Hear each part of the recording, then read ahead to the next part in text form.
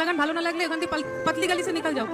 বাঙালির যে গান বা বাংলার যে মিউজিক, হ্যাঁ, সেইটার ফিউচার কিরকম দেখতে পাচ্ছ? কারণ আমাদের এখানে অনেক ল্যাঙ্গুয়েজের গান আসছে, আগে শুধু হিন্দি আসতো, এখন সাউথ থেকে মিউজিক হ্যাঁ। আসছে। তো সেই জায়গাটা একটা তোমার থেকে জানতে চাইবো, এক নম্বর। আর দু নম্বর ব্যাপার হচ্ছে তুমি অতটা রিয়াক্ট করলে কেন করেছিলাম? আগে তোমার সেকেন্ড প্রশ্নের উত্তরটা দিই, and thanks for asking me the question. কারণ আমার যদিও আমার ক্ল্যারিফাই করার কোনো দরকার নেই যে আমি কেন বলেছিলাম, বাট অনেকের এটা প্রশ্ন। কারণ আমি স্টেজে হিন্দি গানও গাই, তখন এবার ধরো হিন্দি গানের কোনো ফুটেজ যদি ভাইরাল হয়, তখন তলায় প্রচুর কমেন্টস থাকে, এই তো আপনি বলেছিলেন পাতলি গালি সে নিকাল যা, আবার কেন আপনি হিন্দি গান গাইছেন? ঘটনাটা যেটা হয়েছিল, আমার ওখানে খুব ভালো শ্রোতা ছিল।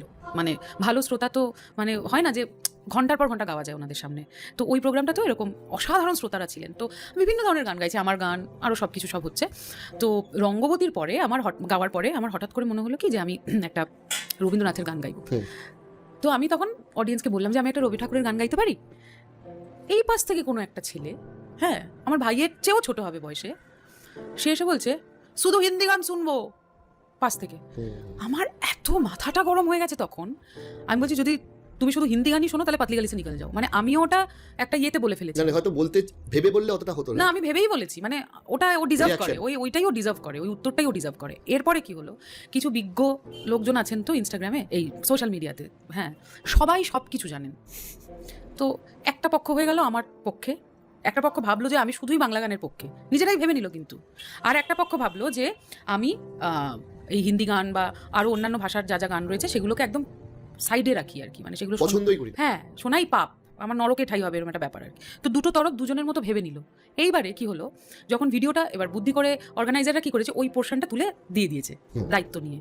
এবার তার ফলে ভাইরাল হয়েছে, আগুন জ্বলছে, এই হচ্ছে সেই হচ্ছে। যারা শুধু বাংলা গানের পক্ষে তারা আমার দিকে চলে এলেন, আমার হয়ে তারা ফাইট করছেন।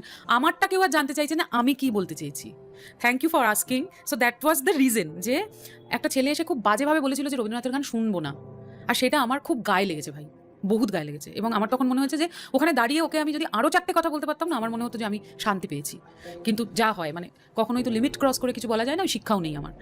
কিন্তু ওটা আমি বলেছিলাম, আর তারপরে দিস ইজ দ্য থিং। এখন এবার যেহেতু হিন্দি গান ধরো আমি গাই, কভার করি, আমার গান রেহমান স্যার শেয়ার করেছেন, শঙ্কর মহাদেবন স্যার শেয়ার করেছেন, কৈলাসকে, মানে যাদের যাদের গান গেয়েছি সবাই কিন্তু শেয়ার করেছেন আমার গান, রিটুইট করেছেন। তো এটা আমার কাছে একটা বিশাল বড় পাওয়া।